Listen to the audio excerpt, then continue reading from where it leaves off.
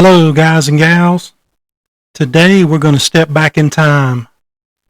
We're going to go back about 15 years. I'm going to read you an article that I wrote about 15 years ago. When I start reading it, you're going to immediately recognize it because it's probably one of the most stolen pieces of literature on the internet. I am the original author. This has been plagiarized so many times, it's unreal. I don't know whether to be upset or proud that somebody liked the writings of a poor country boy from Tickbite, North Carolina, grew up in a swamp, to share it millions of times on the internet. So here goes. Always remember, when liberty turns to tyranny, the armed citizen still gets the vote. If we woke up tomorrow morning and a foreign power had invaded our shores, the U.S. citizen has more options than any other citizen on the planet. Sound familiar, huh? Yeah, I really wrote this. Just a friendly reminder for those of you that would try to do the U.S. harm. You have to fight these folks in this picture too. I see a fleet of off-road vehicles equipped with communications gear and experienced riflemen to operate them. You folks over there in foreign countries may be able to get those city folks in Boston to hide in their homes from a terrorist teenager. But here in the southern United States, we're still armed, we're still well supplied, and we're still open for business. This is not a north-south issue. It's not a race issue. This is a freedom issue. Because we'll all ride together if you invade our country. Our brothers and sisters from Carolina to California stand ready to respond to the call. Our still hunting brothers make up the largest standing private infantry unit on the planet, with a sniper corps that's several million strong. Our bow hunters are some of the best at using concealment to hide and get close, and no one will ever hear a shot. Our bird hunters shoot it only at moving targets, and those guys know how to use a shotgun. Our rabbit and raccoon hunters go places that many fear to tread, from the thickest briar patch to the deepest swamp. They'll follow their prey. The houndsmen are literally the cavalry. They know how to coordinate a hunt over large distances and are quite skilled with rifles at hitting moving targets. We may all argue and fuss among ourselves, but you best leave us alone. The United States hunters as a whole make up the largest army on the planet. Many of us are veterans. Some of us are just good old country boys and girls. But sometimes you don't really realize the power you possess. That was the original writing. I've done many edits since then. I'm going to go ahead and add some of the edits. I also realized that we operate the largest brown water navy on the planet. Our duck hunters and our fishermen and our small boats, we outnumber the boats in most countries' navies just with our outdoorsmen and our off-road adventurers, our 4x4 adventurers. They're some of the best shade tree mechanics out there. They go into places with cars that I can barely walk into. I've seen some of these rock crawlers do things that I just thought weren't possible. I couldn't even take a helicopter and go in there, and they go in there on wheels. It's unreal. It's really unreal. And that's not even mentioning the number of private airplanes that the United States possesses and private drones. Now, when I originally wrote this, I got some feedback. Most of it was positive, but there were some detractors. A few of the detractors said, Hunters would never be involved if there was an event like this and the country was invaded. Those of you that know me and have read my writings know that all of my writings are based in facts.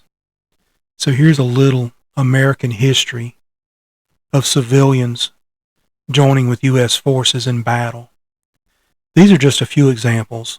There are many, should you choose to research it for yourself.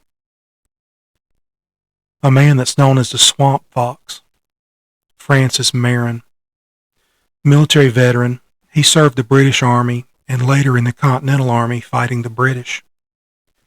When the Continental Army was driven from South Carolina, Marin became a guerrilla leader in South Carolina militia. Without involvement of him and his hunters, we might still be part of the British Empire. The Swamp Fox is a true American hero. He understood when liberty turned to tyranny, the armed citizen would get to vote, and he and his boys voted for freedom. In the War of 1812, the British tried to return the colonies to British rule. The battle that sealed the fate of the British was the Battle of New Orleans. There's been songs written about the Battle of New Orleans. There was one that I really enjoyed when I was a child. But what many do not know is this battle was fought mostly by civilians. The army fought, but so did pirates, criminals. Many of those criminals would be considered convicted felons today, and hunters. Defensive positions were mostly built by civilians and slaves, using shovels and buckets. Today we have track hoes and caterpillars. The battle was so one-sided after the British withdrew, more than 500 dead British soldiers stood up and surrendered. That brings me to the war between the states. William Anderson, William Contrail, Cole Younger. You may recognize these names, but I can assure you recognize Jesse James. These men were guerrilla fighters in the Confederate Army, accomplished hunters and able to live off the land for months at a time. They were actually the first Ranger unit that the United States ever fielded. They were a Confederate unit, still U.S. soldiers. The Union Army was so bogged down by Quantrill's raiders that they took drastic actions to remove them from the theater of operation. The Union Army forcibly removed all of the citizens in 3 counties and burned the counties to the ground to force Quantrill to withdraw. He withdrew to Texas. We all know about the attack on Pearl Harbor by Japan. But do you know what the citizens of Hawaii did following the attack? They went to the beaches with rifles, shotguns, pitchforks, frying pans, whatever they could use as a weapon. They were prepared to defend against the amphibious invasion that everyone expected to come.